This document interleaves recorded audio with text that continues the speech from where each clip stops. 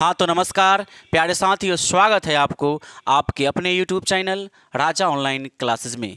साथियों, हर बार की तरह इस बार भी मैं आपके बीच हो गया हूँ उपस्थित एक नए वीडियो के साथ। आज की इस वीडियो में हम करने वाले हैं एक नए एक्सरसाइज का शुरुआत 1.3।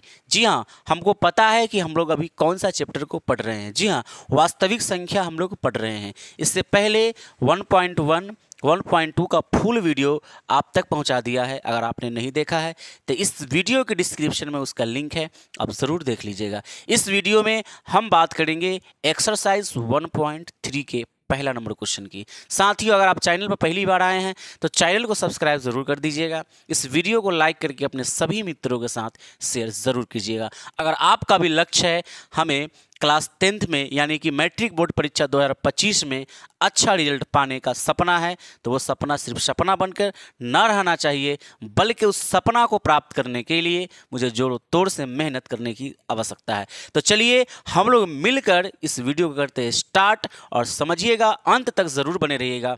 आपका सपना भी कामयाब होगा और आपका एजुकेशन भी पूरा होगा। ठीक है साथियों, मैंने क्या लिखा है यहाँ पर, एक्सरसाइज 1.3 पहला क्वेश्चन है कि सिद्ध कीजिए कि √5 एक अपरिमेय संख्या है। देखिए, सबसे पहले मैं आपको बता दूं कि परिमेय और अपरिमेय क्या होता है। तो आपको मैंने समझाया था, शायद आपको याद होगा। परिमेय संख्या उस संख्या को कहते हैं जो P/Q के रूप का होता है। परिमेय संख्या P/Q के रूप का होता है, जहां P और Q पूर्णांक होते हैं और Q जो होता है ना, Q does not equal to 0 होता है, यानी Q का मान 0 नहीं होता है ऐसा। और अगर जो संख्या P/Q के रूप में न हो, उस संख्या को आप कहते हैं सर अपरिमेय संख्या। अपरिमेय संख्या, अपरिमेय संख्या क्या है? तो √2 है, √3 है, ये अपरिमेय संख्या है। 2 प्लस √3 है, 5 प्लस √2 है। इस तरीके का संख्या क्या कहलाता है? तो अपरिमेय संख्या कहलाता है। ठीक है, तो यहां पर आपको मैं ये समझाने का प्रयास कर रहा हूं साथियों कि मुझे सिद्ध करना है कि √5 एक अपरिमेय संख्या है। मतलब मुझे पता है कि √2 एक अपरिमेय संख्या है। आपको भी पता है, हमें भी पता है, और जितने भी गणित पढ़ने वाले व्यक्ति हैं सबको पता है कि √2 एक अपरिमेय संख्या है, √3 एक अपरिमेय संख्या है, 2 प्लस √3 एक अपरिमेय संख्या है, 5 प्लस √2 एक अपरिमेय संख्या है। लेकिन ये अपरिमेय संख्या है तो ये है कैसे? किस तरीके से ये अपरिमेय संख्या है? ये परिमेय संख्या क्यों नहीं है? आखिर क्या कारण है? इसको सिद्ध कीजिए, इसको साबित कीजिए। एग्जाम में जब सवाल आते हैं ना साथियों, तो मजा आ जाता है। वे बच्चे तो इसको सॉल्व करते हैं, बनाते हैं, जिनको अच्छे से बनाने आता है, लेकिन वे बच्चे नहीं बना पाते हैं जिनको सॉल्व करने ही नहीं आता। सर, आज की इस वीडियो में आप कमजोर से कमजोर विद्यार्थी भी हैं ना, तो आज के बाद आपको सिद्ध करने इस तरीके से आएगा कि आप किसी को सिखा सकते हैं। इतना अच्छे से आपको जानकारी मिलेगा। मुझे पता है कि आपने ऐसे प्रश्नों का वीडियो बहुत सारे यूट्यूब पर देखा है, लेकिन थोड़ा देर के लिए उस वीडियो को साइड कीजिए और इस वीडियो के अंत तक ज़रूर बने रहिए। अंत तक आप अपने आप को इतना कॉन्फिडेंस समझेंगे कि सही में जो है हमने मतलब अच्छे तरीके से सिद्ध करने के बारे में सीख लिया है। ठीक है, तो यहां पर सर मैं आपको बता दूं कि अपरिमेय संख्या वाले प्रश्न जो होते हैं इसको सिद्ध करने के लिए यहां पर 2 टाइप के प्रश्न पूछे जाते हैं, है ना। कितने टाइप के प्रश्न पूछे जाते हैं? तो दो टाइप के प्रश्न पूछे जाते हैं, टाइप फर्स्ट, टाइप सेकेंड। दोनों मैं आपको समझा देता हूं। पहले टाइप फर्स्ट वाला जो प्रश्न होता है वो कैसा होता है? तो ये ऐसा होता है, सिंपल √2 है, √3 है, √5 को सिद्ध करने के लिए बोल देगा, √7 को सिद्ध करने के लिए बोल देगा। ठीक है, एक आपका दूसरा टाइप होता है 2 प्लस √3 वाला का पूछ देगा, या 5 माइनस √7 वाला, या फिर आपसे ऐसे पूछ सकता है 6 √7, या आपसे पूछ सकता है 1/√2 को सिद्ध करने के लिए। तो ये टाइप फर्स्ट है और ये टाइप आपका सेकेंड है। ठीक है ना, तो 2 टाइप के सवाल आपके एग्जाम में भी बनते हैं और आपके बुक में भी दिया रहता है। ठीक है, तो आखिरकार हम कैसे सॉल्व कर सकते हैं? आज की इस वीडियो में हम आपको सिर्फ टाइप फर्स्ट ही समझाएंगे, यानी ऐसे प्रश्न को सिद्ध करने के लिए। टाइप सेकेंड वाला प्रश्न को सिद्ध करने के लिए हम आपको दूसरी वीडियो लेकर आप तक पहुंचेंगे। ठीक है साथियों, तो ये क्या होता है जरा मैं आपको एक्सप्लेन कर दूं। ये जो टाइप फर्स्ट वाला जो सवाल आप देख रहे हैं, इसको सिद्ध करने के लिए थोड़ा सा लॉन्ग तरीका का इस्तेमाल किया जाता है, थोड़ा लंबा पड़ जाता है ये, है कि नहीं? हो सकता है कि एक पेज पूरा का पूरा आपको लग जाए ऐसे प्रश्नों को सिद्ध करने के लिए, क्योंकि ये छोटा दिखता है लेकिन इसको सिद्ध करने में थोड़ा सा जो है बड़ा करके सॉल्यूशन करना पड़ता है इसमें। और ये बड़ा जरूर दिख रहा है आपको, ये दूसरा टाइप वाला जो प्रश्न है ये आपको बड़ा दिख रहा है, लेकिन इसको सिद्ध करना इसके मुकाबले में बहुत ही छोटा होता है। हो सकता है कि इसको सिद्ध करने में आधा पेज ही लगे और इसको सिद्ध करने में आपको एक पूरा पेज कंप्लीट रूप से लग जाता है। ठीक है, तो चलिए हम टाइप फर्स्ट स्टार्ट करते हैं और समझने का प्रयास करते हैं कि इसको सिद्ध कैसे करें। इस वीडियो के अंत तक जरूर बने रहिएगा, आपको गणित में इंटरेस्टिंग जगा देंगे सर, ध्यान दीजिएगा। तो पहला क्वेश्चन है, सिद्ध कीजिए, यहाँ पर लिखा मैंने, सिद्ध कीजिए कि √5 एक अपरिमेय संख्या है। तो सबसे पहले हम यहाँ पर सॉल्यूशन लिखेंगे, हल लिखेंगे, यहाँ पर सॉल्यूशन लिखेंगे। अब एक बात जरा हमको बताइए कि मुझे पता है कि √5 एक अपरिमेय संख्या है, ये मुझे पता है। फिर इसको सिद्ध करने के लिए जो पहला स्टेप होना चाहिए वह क्या होना चाहिए? इसके उल्टा चलना पड़ेगा। जैसे अगर किसी को मैंने कहा कि राम एक लड़का है, राम क्या है? एक लड़का है। राम क्या है सर? एक लड़का है, यानी कि बॉय है। लेकिन मुझे पता है कि राम बॉय है, राम बॉय है, मुझे पता है। लेकिन मैं आपको कहूं अगर कि राम एक लड़का है, इसको सिद्ध कीजिए, राम एक लड़का है, इसको प्रूव्ड कीजिए। तो कैसे आप प्रूव्ड करेंगे? तो लड़का अगर ये है, इसको प्रूव्ड करने के लिए इसका गुण लड़की के गुण से मैच करना पड़ेगा।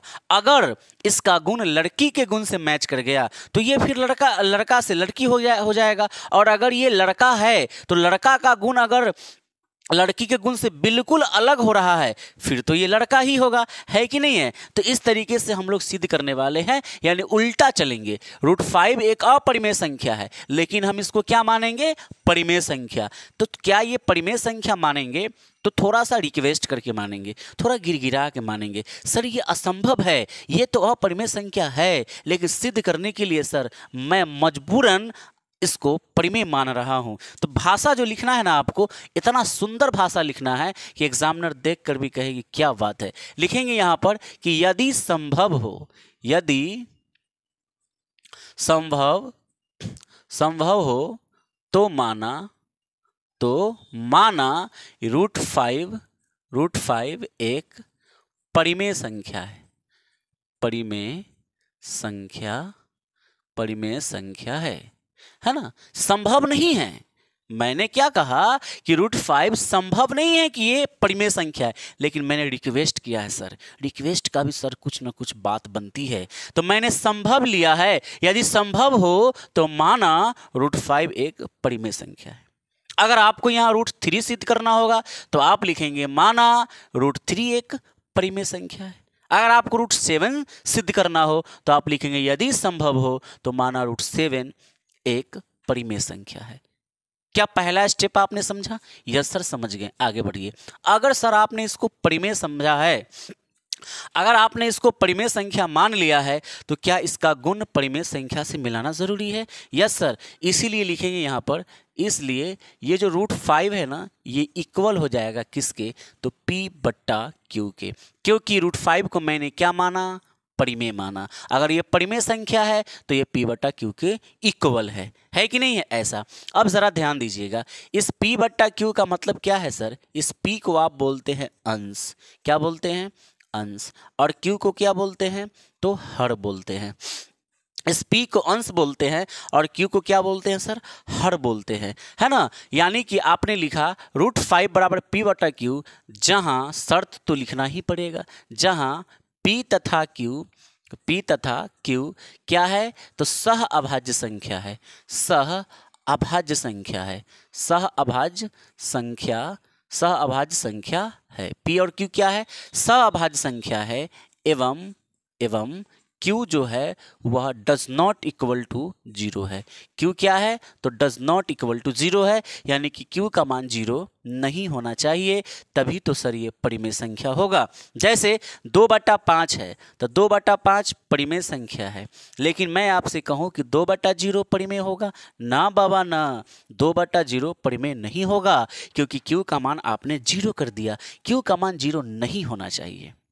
तो क्या इतनी बातें आपको क्लियर है? आप यहां पर थोड़ा कंफ्यूज करते होंगे कि सर ये क्या बला है, सहआभाज्य संख्या क्या है? सर आपने नंबर सिस्टम को नहीं पढ़ा है? नंबर सिस्टम तो पढ़ा होगा ना। नंबर सिस्टम में आपने पढ़ा होगा सहअभाज्य संख्या। ये क्या होता है सहअभाज्य संख्या? तो समझिएगा, सहअभाज्य संख्या वैसी दो संख्याएं सहअभाज्य संख्या होती है जिनके बीच का मसा जो होता है ना सर, उनका मसा निकालने पर एक आता है। या फिर यूं कहें आप कि ऐसी दो संख्या अभाज्य संख्या होती है जिनके बीच का उभयनिष्ठ गुणनखंड एक होता है। मतलब कि इस 2 को काटने वाली संख्या क्या है? तो 1 है। इस 5 को काटने वाली संख्या क्या है? तो 1 है। इन दोनों को काटने वाली संख्या 1 है, 1 के अलावा नहीं है। इसका मतलब कि 2 और 5 सहअभाज्य संख्या है। क्या है? सहअभाज्य संख्या है। अगर मैं आपको कहूं कि 12/18 क्या ये सहअभाज्य संख्या है? नहीं है सर, क्योंकि 18 को काटने वाली संख्या आपका 3 है, आपका 6 है, फिर 9 है, खुद 18 है। 12 को काटने वाली संख्या कौन कौन है? तो आपका 3 है, फिर 4 है, फिर 6 है, फिर 12 है। तो सर कितने हो गए काटने वाले? बहुत हो गए सर, लेकिन ऐसा नहीं होना चाहिए था। इन दोनों को काटने वाली संख्या केवल 1 होना चाहिए था। 1 के अलावा कोई और नहीं होना चाहिए था। अतः अगर ऐसा होता तो वह संख्या सहअभाज्य होती। ऐसा नहीं है, इसलिए ये संख्या सहअभाज्य संख्या नहीं है। समझ में आ रहा है कि नहीं आ रहा है? चलिए बहुत अच्छा, तो आपने सहअभाज्य संख्या को समझ लिया। बताइएगा, 3/5 सहअभाज्य संख्या है? यस सर, क्योंकि 3 और 5 को काटने वाली संख्या 1 के अलावा कोई और नहीं है। 3 और 5 को काटने वाली संख्या 1 के अलावा कोई और नहीं है। अगर कोई और होता तो फिर ये 3 और 5 सहअभाज्य संख्या नहीं होता। कोई दिक्कत है? चलिए आगे बढ़ते हैं। अब आपने लिखा यहाँ पर कि √5 बराबर P/Q, जहाँ P तथा Q सहअभाज्य संख्या है एवं Q does not equal to 0 है। इसके बाद क्या करना है? आगे बढ़ेंगे। यहाँ दोनों में देखेंगे √5 इक्वल टू P/Q। दोनों तरफ हम वर्ग करेंगे। दोनों तरफ क्या करना है? वर्ग करना है। लिखेंगे एक लाइन यहाँ पर कि दोनों तरफ वर्ग करने पर ध्यान से समझिएगा हर चीज को। ये दूसरा स्टेप मैं आपको क्लियर कर रहा हूँ। दोनों तरफ क्या करना है? वर्ग करना है। अच्छा, एक चीज और बताइए, हम दोनों तरफ वर्ग क्यों करने जा रहे हैं? क्या कारण है दोनों तरफ वर्ग करने का? क्यों का जवाब समझिएगा। इस 5 के ऊपर क्या है सर? रूट लगा हुआ है, और हमने √5 को क्या माना है? परिमेय संख्या माना है। लेकिन ये परिमेय है क्या? अभी नहीं है सर। तो इस रूट को हटाने के लिए हम क्या करेंगे? वर्ग करेंगे, तो वर्ग से ये रूट कट जाएगा। इसीलिए हम क्या कर रहे हैं? वर्ग कर रहे हैं। तो दोनों तरफ वर्ग करने पर, तो चलिए हम अगर वर्ग करते हैं तो ये बन जाएगा √5, इसका वर्ग और बराबर में P/Q, और इसका ये वर्ग हो गया। कोई दिक्कत आपको? नहीं सर, कोई दिक्कत नहीं है। क्या दिक्कत होगा? ध्यान दीजिएगा, इस स्क्वायर से रूट कट के क्या बच गया? 5, और बराबर में P का स्क्वायर होता है P², और बट्टा Q का स्क्वायर होता है Q²। बात को समझिएगा, P/Q और ये दोनों पर स्क्वायर पावर है, इसीलिए दोनों पर गुना हुआ। कोई दिक्कत है? नहीं सर, कोई दिक्कत नहीं। आगे समझते हैं। अब ध्यान दीजिएगा, इसके नीचे क्या है सर? 1 है। सबका मालिक 1। सबका मालिक क्या होता है? तो 1 होता है। अब ये बराबर है, क्रॉस मल्टीप्लाई कर सकते हैं। बिल्कुल सर, 5 का गुना Q² से, तो ये बन जाएगा 5Q² बराबर P² का गुना 1 से करेंगे तो ये बन जाएगा P²। कोई प्रॉब्लम सर? नहीं, कोई प्रॉब्लम नहीं है। अब समझिए, इस Q² के गुना में कौन है? 5। इस 5 को बराबर के इस तरफ ले जाना है तो वो जाएगा भाग में, क्योंकि ये है गुना में। तो Q² इज इक्वल टू, ये बन गया P², और ये बट्टा में कौन आ गया? तो 5 आ गया। आपको ये बात समझ में आई। इसको यहाँ पर आप मानेंगे समीकरण नंबर 1। क्या मानेंगे? तो समीकरण नंबर 1 मानेंगे। आपको ऐसे घेरना नहीं है, मैं यहाँ पर हाईलाइट करने के लिए यहाँ पर मैंने घेर दिया है। आपको ऐसा नहीं करना है, एग्जाम में ऐसा नहीं करना है। तो क्यू स्क्वायर बराबर आपने क्या लिखा? पी स्क्वायर बट्टा में 5 लिखा। अब ज़रा ध्यान से आप मेरी बात को समझिएगा। पी स्क्वायर बट्टा में 5 आया है, यानी कि आप कह सकते हैं कि जो 5 है ना, 5 इस पी स्क्वायर को विभाजित करता है। 5 पी स्क्वायर को क्या करता है? विभाजित कर रहा है सर। ध्यान से समझिएगा, इस 5 जो है ये पी स्क्वायर को विभाजित करता है। क्यों? मान के चलिए कि पी का मान अगर 5 है, तो अगर हम p के जगह पर 5 रखें तो 5 का स्क्वायर और बट्टा में ये 5 हो जाएगा। 5 का स्क्वायर 25 और बट्टा में 5, तो 5 से 25 कितनी बार कटा? 5 बार में। तो क्या ये 5 जो है पी स्क्वायर को विभाजित करता है? तो 5 अगर पी स्क्वायर को विभाजित करता है, 5 अगर पी स्क्वायर को विभाजित करता है, तो 5 जो है पी को भी विभाजित करेगा। यानी केवल अगर 5 रखें हम तो यहाँ पर 5 होगा और ये 5 से 5 कट जाएगा, और कटने के बाद क्या आएगा सर? तो 1 आएगा। कितना आएगा? तो 1 आएगा। यानी कि 5 जो है पी स्क्वायर को भी विभाजित कर रहा है। जब हम 5 का स्क्वायर किए फिर भी विभाजित किया, 5 पी का मान अगर रखे फिर भी इसको विभाजित किया। यही चीज़ सर यहाँ पर हम लिखना चाहते हैं। लिखेंगे कि चूंकि जो है 5 जो है ना, 5 पी स्क्वायर को विभाजित करता है, 5 पी स्क्वायर को विभाजित करता है, जैसे यहाँ पर हुआ। इसलिए 5 किसको विभाजित करेगा? तो पी को भी विभाजित करेगा। तो लिखेंगे 5 पी को भी विभाजित करेगा, है ना। 5 पी को भी विभाजित करेगा, ऐसा आपने लिखा। अगर आपने ऐसा लिखा तो यहाँ तक तो आपने क्लियर किया। ये पहला मतलब कि पार्टीशन है जिसमें मैंने काम किया। अब हम दूसरी तरफ चलते हैं। दूसरी तरफ सर कहाँ चलते हैं? कहीं नहीं जाना है, आप बात को समझिएगा। आप यहाँ पर क्या लिखे? 5 जो है पी स्क्वायर को विभाजित करता है, और यहाँ पर आपने लिखा 5 पी को भी विभाजित करेगा। यही ना आपने लिखा। अब हम क्या करने वाले हैं? जिस तरीके से 5 पी स्क्वायर को विभाजित कर रहा है, हम ये भी साबित करने वाले हैं कि 5 क्यू स्क्वायर को भी विभाजित कर रहा है। ये भी हम करने वाले हैं, क्योंकि हमने पी और क्यू को क्या माना था? सह अभाज्य संख्या माना था। आगे हम बात करेंगे। अभी फिलहाल अभी यहाँ पर समझने का प्रयास कीजिए, और यहाँ पर आप लिखेंगे, यहाँ पर क्या करने वाले हैं? तो यहाँ पर देखिए क्या होगा अगला स्टेप में। यहाँ पर लिखेंगे माना, है ना, माना, और यहाँ पर आप क्या लिखेंगे? पी स्क्वायर बट्टा 5 है ना, पी स्क्वायर बट्टा 5। आप यहाँ पर मानेंगे क्योंकि हम अभी क्यू स्क्वायर को भी दिखाने वाले हैं, इसलिए आप पी का मान जो है मान सकते हैं। ये 5 है, रूट सिद्ध करना आपको, तो आप लिखेंगे 5 और इसके साथ में कुछ भी मान लीजिए, x y z a b c। समझिएगा बात को फिर से। यहाँ पर पहले समीकरण में पी स्क्वायर के बट्टा में 5 है। अब हम क्या करने वाले हैं? इस क्यू स्क्वायर के बट्टा में 5 लाने वाले हैं, जिससे समीकरण नंबर 2 बनाएंगे। ध्यान से समझिएगा।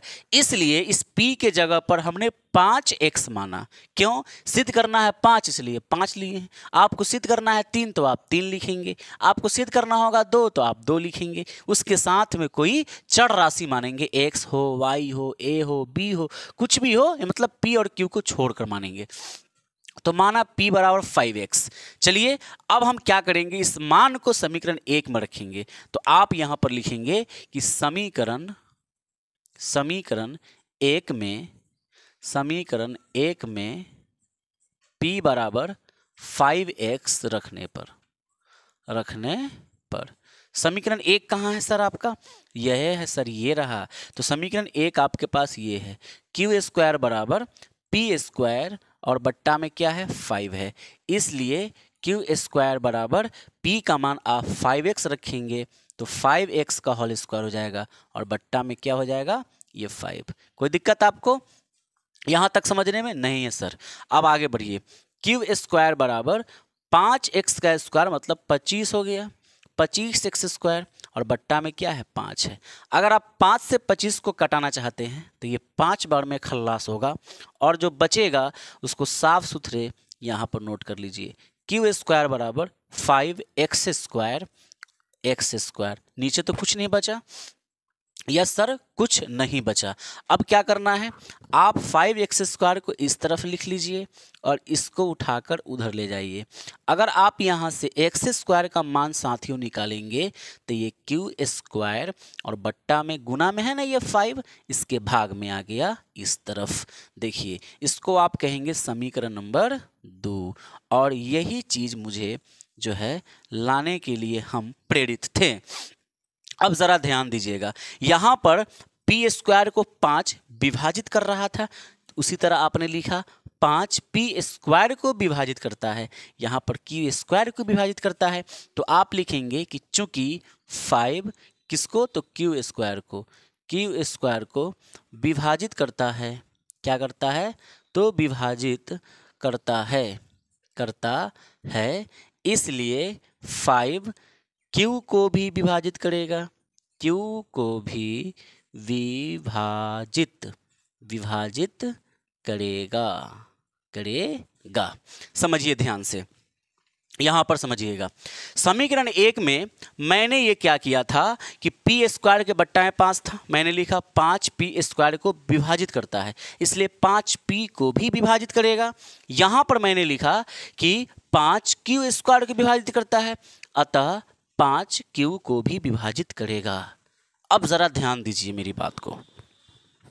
आपने ऊपर क्या लिखा, आपने ऊपर लिखा कि P और Q सह अभाज्य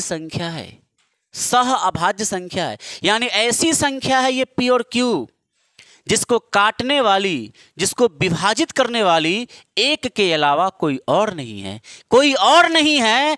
ऐसी संख्या है ये P और Q जिसको विभाजित करने वाली एक के अलावा कोई और संख्या नहीं है। तो अगर आपने ऐसा लिखा कि एक के अलावा इसको काटने वाली कोई संख्या और नहीं है, तो फिर इस P को काटने वाली संख्या 5 किधर से आया, इस Q को काटने वाली संख्या 5 किधर से आया। यानी कि P को विभाजित करने वाला है 5, P को विभाजित करने वाला है ये 5, Q को विभाजित करने वाला है ये 5।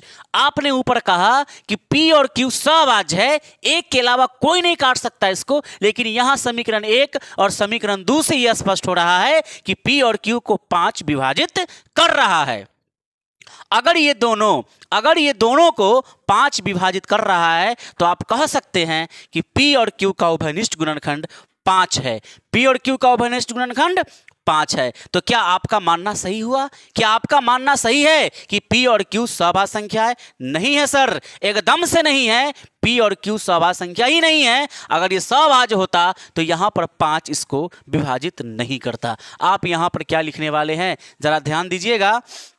यहां पर आप लिखेंगे कि समीकरण 1 एवं 2 से स्पष्ट है कि P तथा Q को विभाजित करने वाली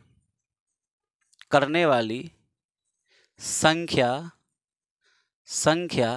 5 है। अतः हमारा मानना गलत है कि √5 एक परिमेय संख्या है। आपका मानना गलत हुआ कि √5 एक परिमेय संख्या है। आपने यहां परिमेय माना था, यह बात गलत हो गई। क्यों गलत हो गई? क्योंकि P और Q को काटने वाली संख्या 5 है। इन दोनों का उभयनिष्ठ गुणनखंड 5 है, एक के अलावा कोई और नहीं होना चाहिए था। √5 एक परिमेय संख्या है, अतः वास्तव में क्या है, तो √5 एक अपरिमेय संख्या